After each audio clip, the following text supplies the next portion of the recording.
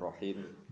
Dzikru nasabihi wa mauladihi wa maulidihi wa mansaihi wa mabda'i talabihi lil hadis. Terus sakniki nggih mun lami nggih ada film tentang Imam Bukhari. Ada juga banyak buku tentang Imam Bukhari. Mergi diyakini ulama ahli sunnah sak donya as-sahhul kutub ba'da kitabillah. Sause Quran niku paling otentik niku kitab sing dikumpulno kalian Imam Bukhari nggih. Namine iku Muhammad bin Ismail bin Ibrahim bin Mughirah bin Bardisbah al-Bukhari al-Jufi. Sinten namine Muhammad bin Ismail bin Ibrahim bin Mughirah bin Bardisbah al-Bukhari al-Jufi. Niku saangkatan kalian Imam Ahmad bin Hambal, luwih nom sithik. Saangkatan mbek sing aran Sahih Muslim. Sami-sami menangi Imam Waqi. Terus Imam Waqi niku guru bersamane Imam Syafi'i. Imam Syafi'i angkatan awal. Terus junior berikutnya kemudian lahir golongan Imam Bukhari, Imam Ahmad bin Hambal, Imam Muslim. Ini kita rungokno tenan ya. Kenapa hadis itu begitu penting? Karena setiap kebenaran sejati niku rata-rata tiyang ngeklaim qala Rasulullah. Muni qala Rasulullah iku sensitif banget. Ima dekne iku wong saleh, kepengin semua prilakune istinad bergantungan ambek panduane Kanjeng Nabi. Wa imma dekne pancen ngerti nak pendapatnya salah untuk menteror pendengar, dekne mengatasnamakan Kanjeng Nabi. Itu sama-sama bahaya. Sama-sama bahayanya adalah orang soleh yang yakin dalam satu dua kebenaran muni qala Rasulullah, ternyata Nabi tidak mendengar. Tetap dia pendusta. Dan ancamannya adalah mangkadzdzaba aliyya muta'ammidan falyatabawa maq'adahu minanar. Orang yang dengan sengaja bohong mengatasnamakan saya dawuh Nabi, berarti padha karo tempat satu kursi, ngemesan satu kursi, falyatabawa maq'adahu, dia menyediakan tempat duduknya di nirungokno tenan, terutama sing khusyuk-khusyuk sing saleh-saleh. Jarene Imam Muslim temu Qadimah Sahih Muslim, lam naras solihin akzaba minhum fil hadis. Saya tidak pernah melihat orang soleh bohong sebohong mereka kalau saat ngendikan ngutip hadis. Mane hati-hati dadi wong saleh, perkarane dadi wong saleh sithik-sithik mesti ngistinatno ning Kanjeng Nabi. Kadang niku saking bodhone. Mergo nak Nabi ra dawuh tenan senajan taku barang apik, kemungkinan niku ana kebodohan massal. Dan itu ngeri. Misalnya ngeten, ini contoh paling gampang. Ada orang soleh yang saking yakinnya pentingnya tarawih. Terus dia nggawe hadis. Atau mengira itu hadis. Kalau balik ini nggawe hadis. Atau mengira itu hadis. Karena kadang orang soleh itu raniat gawe hadis, mengira itu hadis. Wong kadang yo budune ra karuan. Terus dia cerita, kata Rasulullah, orang yang sholat tarawih di hari pertama ganjaran kok Nabi Adam, kedua kok Nabi Idris, sampai kentekan Nabi selawe. Ke tanggal selawe itu Nabi terakhir, padahal Nabi yang wajib diapal mau selawe, padahal jangan tarawih 26. Golek Nabi limongkas berarti dene Quran. Itu nyata. Kemudian ahli hadis sepakat. Dan ahli tarikh juga sepakat hadis itu pasti palsu. Karena Nabi tidak mungkin melafatkan kata tarawih. Satu, bahwa istilah tarawih itu dimulai dari Sayyidina Umar. Karena pendiri tarawih dengan cara seperti itu adalah Sayyidina Umar. Nabi mboten menangi. Sehingga bahasa tarawih saja itu sudah salah kalau itu dilafatkan Nabi. Enggak mungkin maksudnya salah. Kedua, zaman Nabi Sugeng nak ngendikan pokoknya mangkoma Ramadan imanan wahtisaban. Kalau tarawih jelas enggak. Apalagi di hadis-hadis sahih Nabi pernah ke masjid itikaf, kemudian diikuti orang banyak, hari 1, 2, 3, 4, bareng ngerti diikuti orang banyak, kemudian Nabi tidak pernah keluar. Ketika jamaah di masjid menunggu Nabi, Nabi berikutnya ngendikan, saya tahu kalian menunggu saya, tapi saya tidak keluar sengaja, supaya saya tidak mewajibkan sesuatu yang tidak wajib. Kalau saya ke masjid terus, qiyamul lail, dan jadi imam, maka kamu mengira wajib. Dengan kenyataan hadis sahih seperti itu, orang akan mudah menvonis kalau hadis yang dianggap hadis tarawih 1, 2, 3, 4 sampai 30 fadilahnya seperti itu. Diyakini tidak benar. Meskipun targhib fit tarawih menyemangatkan orang tarawih itu bagus. Tapi ora perlu maksa atau mengatasnamakan itu hadis Kanjeng Nabi sallallahu alaihi wasallam. Makanya itu masalah paling sensitif ila yaumil qiyamah. Ana wong nganti berbendera hitam, nanti berserban hitam-hitam. Iku ya apik. Tapi kadang-kadang setiap orang itu mentautkan diri, mirip-miripno gambarane Nabi, soben pasukan pilihanku iku tahta royatin sauda. Di bawah bendera sing hitam. Terus orang mentaut-tautkan diri mirip-mirip seperti itu. Nah, itu yang jadi perdebatan ahli hadis. Ketika ada riwayat itu arahnya kayak apa? Di tiap orang mesti mengklaim iku sangka Kanjeng Nabi Muhammad sallallahu alaihi wasallam. Jadi iku pancen angel tenan iki. Malane pertama Imam Bukhari kecil neliti hadis. Iku mulai umur 10 tahun. Nggih kula waca biografi. Kenapa begitu penting figur Imam sinten Bukhari? Dekne niku mulai alim hadis. Niku alime dimulai dari kitabul Jarh wa Ta'dil. Jarhun maknane nyatoni, wa ta'dil maknane meluruskan. Salahno wong khusyuk. Khusyuk saleh. Imam Bukhari percaya dekne khusyuk saleh, tapi nek ngriwayatno hadis dites. Misalnya kon lafadzno lafadz telu, kok bar iku 1 jam lagi rubah, berarti ora kena diambil hadise, mergo lalinan. Saleh tapi napa? Lalinan. Atau dia soleh ya ilingan, tapi ora tahu ngaji hadis minimal 10 tahun. Ya ora dintel Imam Bukhari. Tidak ahlinya, pasti ngawur dia. Sehingga Imam Bukhari masyhur mensyaratkan rawi yang boleh meriwayatkan hadis itu harus al-luqi wal muasyarah. Dia ketemu sama gurunya dan lama berkawan. Sehingga suatu saat Imam Bukhari pernah ada orang ahli ibadah, soleh, alim, latih, apalan. Kena dintel. Pas Imam Bukhari ke sana itu nyeluk khimar. Manjan contohnya khimar. Cuma biasanya kayak Jawa itu khimar diganti pitik. Ya contohnya pastinya khimar. Khimarnya itu bedal. Terus wongnya itu pura-pura seakan-akan menggenggam seikat rumput. Sak tahu mereka apa kantong sak tapi bukan kantong sak nih sing juga ada Korea itu sak. Nah, itu kayak tibnun itu semacam apa niku dedak seakan-akan tuh. Gara-gara ngoten terus khimare iku teko. Bareng teko dicekel. Imam Bukhari tanya, "Ya Syekh, apa di tempat itu memang di wadah itu betul ada tibnun, ada dedak?" Ora aja. Mau aku bodoni khimar ben teko. Langsung. Imam Bukhari mulai boyong. Kenapa gak jupuk hadis ke orang itu? Orang itu gak pernah bohong, tapi tahu bodoh nih khimar, gak enak. Cuma ki Jawa nyontokno iku pitik jare Imam Bukhari ana gurune Imam Bukhari ngukur-ngukur pitik seakan-akan gebang jagung terus pitike moro terus dicek. Tapi ajane contone iku khimar. Muga gurune iku ra ndek pitik, tapi ben ki Jawa iku nyontokno khimar digenti napa? Pitik. Jadi koyok kowe ora bakal dadi rawi, BPKB utang bodoh. Imam Bukhari ku wong bodoni khimar wae darani. Bodoni artinya gugur dadi rawi nggih. Mbok bodoni khimar, bodoni pitik. Pemene koyo kowe bodoni lele, mbok rumat sawangane sayap. Jebule barape didol, iku wis bodoni. Tapi Imam Bukhari napa? Bodoni. Makno mbok kawekno Bareng cek cuwili bayine mbok pisahno mbek ibuke benang manak menawa bodoni jare Imam Bukhari.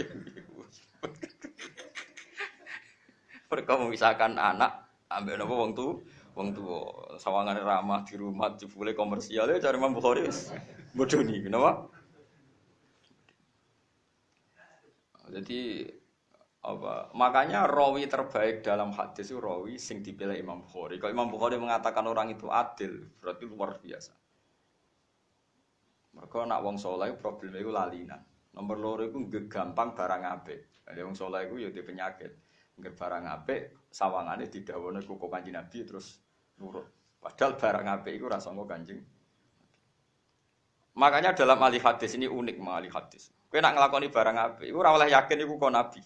Pokoke yakin Nabi ku setuju. Tapi ora usah muni kala Rasulullah. Mergo nak muni kala Rasulullah, engko Nabi ku kepalsu kabeh hadis. Misale ngeten. Kalau ada tamu tak suguhi gedang goreng, ambek kopi. Barang tamu ini semangan gedang goreng, mangan kopi. Kalau Rasulullah sopo sing nyugoi kopi ambek gedang goreng. Kan yo ada Nabi kok ngendikan kopi ambek gedang goreng. Ku Nabi pirsa konti ana kopi ambek gedang goreng. Yo mau kita nglakoni iku berdasar hadis umum, mangkana yu'minu billah wal yaumil akhir falyukrim dhaifahu. Tapi ora usah muni sopo sing nyugoi kopi, nyugoi gedang goreng ning tamu ngene-ngene. Lah wong saleh dhisik ku amen kebodhon nganti sawangane Nabi ku ngomentari mbako, ngomentari akhire wong kan ra ngandel. Oh, sok Nabi ngomentari mbako. Wong Nabi ora tau pirsa rokok gudang garam kan wong curiga kok nganti tok. Sehingga hadis tentang harame rokok tok mbako bolu seton. Ahli hadisnya curiga. Masa Nabi ngomentari mbako. Jadi itu ciri khas ahli hadis. Pemenang riwayat-riwayat yang berlebihan dari rokok itu ya setan. Mereka pas diusir pangeran ke swarga itu setan ke pelayu-pelayu. Nanti kepuyoh lah kepuyoh itu dadi bagus. Ya akeh kiai sing ngaramno rokok nganti duwe tareh ngoten. Kula nate ketemu kiai sepuh senane ngedar roh harame rokok niku ngantos. Anjiran pirsa Gus ngene bareng. Kok malah bahas swarga ora elek. Lah kok elek? Ora tau duwe setan. Wong penduduk swarga ora nguyu kok malah tahu duwe ya apa? Setan. Dekne kok iya Gus ketok iki kok wis kadung. Jenengan sing crita dari setane sing apa? Nguyu. Dadi macam-macam. Dadi ilmu hadis iku unik. Barang bener lah, nak Nabi ra ngendikan tetep ra oleh mendingin. Misalnya tarawih wae barang apik, tapi kira oleh ngendikan Nabi ngendikan nak tarawih hikmah ngene-ngene ra oleh. Kalau kita tarawih niati tarawih iku masuk kategori qiyamul lail. Tapi kira oleh muni Nabi ngendikan tarawih karena bahasa tarawih itu dicetuskan oleh Sayyidina Umar. Bujliman nang ilmu hadis bujliman. Tapi ini penting. Dawuh Sayyid Muhammad kalau ada kebaikan dan itu memang kebaikan. Kemudian karena kebaikan itu ada targhib, ada sanad bahwa Nabi menganjurkan kebaikan itu. Itu akan bahaya jika Anda bilang muni qala Rasulullah sallallahu alaihi wasallam. Bahayanya adalah kebenaran ini misalnya min darajatil mubah ila darajatil wujub au ila darajatis sunnah. Bahayanya adalah sejenis ini akan kamu katakan wajib karena sengendikan Nabi. Padahal ini barang mubah yang menjadi jembare rahmati Allah. Kowe oleh iya oleh ora. Said Muhammad nyontohnya kayak al-ataqa as-somadiyah. Al-ataqa as-somadiyah adalah jika ada mayit itu wong mati. Ben mayit itu terbebas saka neraka, itu ada perilaku tertentu. Ini rungono tenan. Ada perilaku tertentu sing orang itu disuruh baca kulhu ping pinten? 100.000. Mriki ping pinten? Gak terkenal sampean sing ataqa kubra pinten? 100.000. Sampeyan kok. Riyen Mbah pesen Mbah kula riyen pesene iku 4.000. Niki rungono. Itu jenenge al-ataqa as-somadiyah wale, tapi nek mriki ataqa kubra ning Indonesia. Sehingga banyak orang mati terus putune utawa anake kepengin bapake ora mlebu neraka, wong dikumula maca Fatihah pinten? Maca kulhu pinten? 100. Sing nganggo jagung mesti mucalo was niku. Kula diundang tiyang bolak-balik ora tau teko. Gus mengke bapak kula Gus ataqa kubro. Moh, bapak-bapak kula dhewe ngundang wae. Nggih teko dungane tok moh. Acara ra mutu ngene. Bapak-bapak dhewe Saya ini sebutin. Dhisik mbahku wasiat ngono tak waca dhewe mbek bapak sak anak-anak. Kowe anggar wong mbok undangi ra melu di bapak cak kangelan ngono aneh-aneh. Bapak-bapakmu dhewe sampe mlebu neraka wong liya kon ngedang. Wah. Aneh-aneh. Kulo ora setujune perkarane tak delok sing guri-guri ku sak gegem brok. Ora sitok-sitok. Nah, itu dawuh Said Muhammad justru menjadi legal. Anda boleh melakukan itu, tapi syaratnya kaya aja muni iku kala Rasulullah. Boleh, tapi kowe ora muni oleh. Alasannya masuk akal. Justru setelah kamu katakan kala Rasulullah itu menjadi aturan. Nak syaratnya bebas kudu muni iku. Nak Nabi sing ngendikan, sekali Nabi ngendikan itu kan di ACC langit, di ACC malaikat. Mergo dawuh Nabi dawuh kekasih pengiran. Sehingga nek ana wong mati diwacana iku mlebu swarga, misale sing ra diwacana rawan mlebu neraka, mergo iku aturane Kanjeng Nabi. Tapi Kanjeng Nabi ra ngendikan, malaikat iku misale Ruhin mati ra di takok kubron kan malaikat. Ra apa-apa, nabine ora ngatur ngono, iki ra apa-apa. Tapi nek Nabi sing ngendikan kan jadi aturan. Artinya justru resiko. Nak kebaikan ku kabeh di atas nama Nabi, kok terlalu sakral, terlalu apa? Wis kaya ngeten. Saya itu menyuruh barang enggak penting. Misalnya aku ngongkon Ruhin. Aku tuh kono rokok. Rokok itu barang makruh.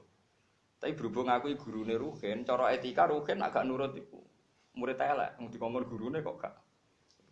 Itu resiko dalam ilmu hadis. Barang hakikate mubalah, tapi karena melihat yang merintah itu bisa jadi wajib mau. Hukumnya rokok itu makruh kan. Tapi hukumnya Ruhin tak kongkon nurut wajib wong muridku. Akhirnya nak Ruhin gak nurut, ya kabeh santriku ya sepakat. Oh Ruhin cah elek dikokon kene gak nurut. Ndak bisa mengatasnamakan, mari kiaiku ngongkon barang. Lah Rasulullah lebih dari guru. Sekali ngendikan Nabi ngendikan barang mubah kok sing ngendikan Nabi kira nurut itu ciraka pencit.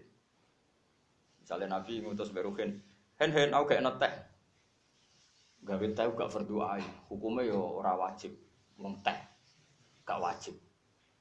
Terus gak nurut takoki nang Nabi. "Hen kok ora mbok gak enak teh?" Barang ora wajib dilakoni ya Rasul. Wah, mesti cilaka mencet ya.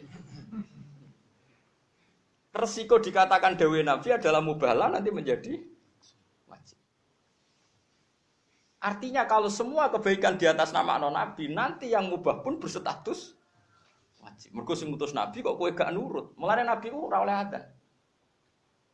Adzan mbek imami kabeh ulama dawuh afdhal adzan.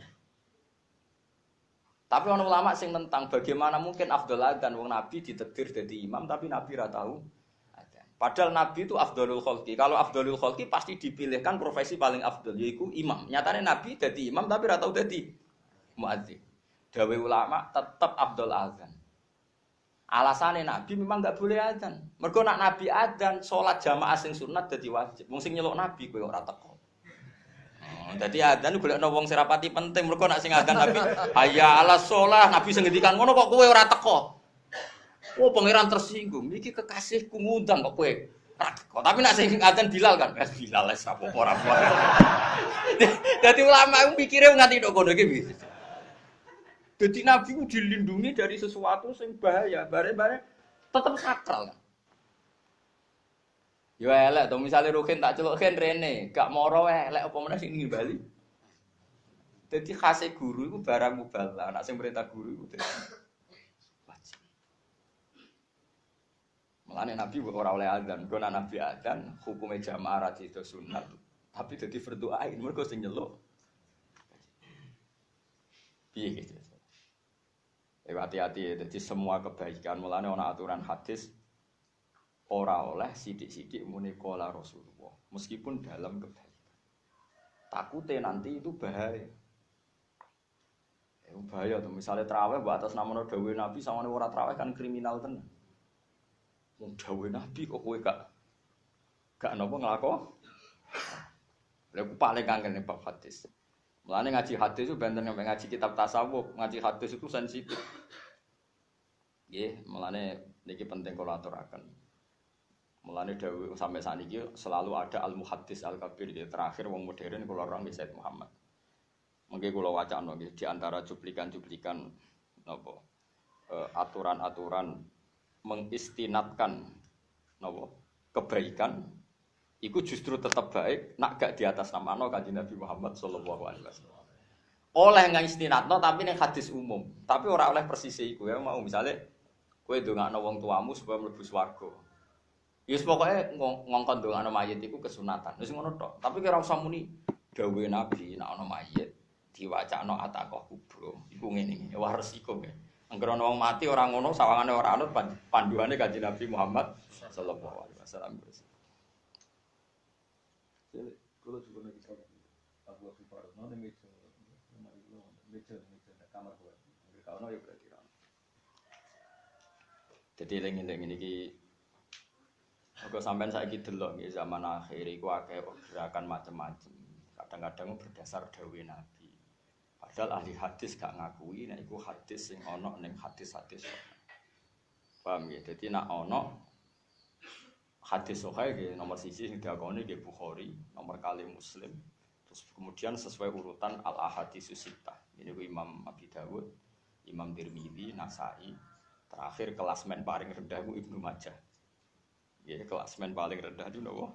Ibnu Majah. Tapi itu masih dalam al-ahaditsus sittah. Ya, dalam kategori napa? Al-ahaditsus sittah. Di kula baleni malih nggih. Nek ana kebaikan kamu harus melakukan itu berdasar umumnya Nabi merintah barang apik. Tapi kira oleh dalam persisnya kebaikan itu, kowe nyebut qala Rasulullah. Mergo kok bingung tenan. Dawuh Kanjeng Nabi sapa nek ana tamu nyuguhi kopi, nyuguhi gedang goreng mongko ngene-ngene. Mesti kok dadine ngene, suatu saat rungokno iki. Ana wong ndek tamu, ra ndek gedang goreng. Duwene iku roti misalnya. Wah kok roti rasunah rasul. Hadis gedang goreng ini kok roti kan terus ruwet kabeh. Nggih mboten. Bareng ono pertama ono modern duweni pizza kok malah pizza hadis piye. Bingung kabeh kan gara-gara hadis sapa sing nyugoi. Lah kok misale traweh ganjarane Nabi Adam Nabi ngene-ngene ngono traweh hari ke-6 likur 7 likur kan tekan Nabi kan. Kotane nek hadis traweh ngono sing traweh di tanggal itu. Tanggal 1 kaya Nabi Adam sing tanggal iki nganti iki wis repot kabeh. Niki kula gadah kitab. Niki kitab ini terkenal sekali. Niki kitab Abu Abdul Farad. Niki kitab karangan Said Muhammad beredar sak donya. Ya beredar sak donya. Kula sinau niki niku berkali-kali. Kula khatam teng dalem berkali-kali, kula beto teng Mekah nggih kula khatami bahkan nanti kula beto teng Masjid Aqsa. Akhir-akhir niki sering kula sinau niki. Sering kula sinau. Sing misale al-ataqah as-somadiyah. Nah, temen iki darane al-ataqah apa? Kubro nggih. Nggih. Sing jenenge niku madzhab Malikiyah. Kita kula contoh. Kan sampean ngerti khas-khase cara pandang ahli hadis. Yo oleh sampean lakoni oleh, tapi ora usah muni iku hadis. Yo pokoke lakoni iku barang apik. Napa? Dilakoni. Mergo nak muni hadis resikone ngeten. Suatu saat terus ana mayit mbok yasini. Kok yasinan? Hadis iku surat Ikhlas kok dadi apa? Yasin. Oh, kan terus dadi masalah terus. Paham ya? Dados napa? Masalah terus. Nah, tapi nak sampean gak yakin iku hadis, misalnya ana wong melanggar kan ora pati piye-piye wong ora dawuh Kanjeng Nabi wae. Paham sih kalau maksud? Wong ora dawuh napa? Kanjeng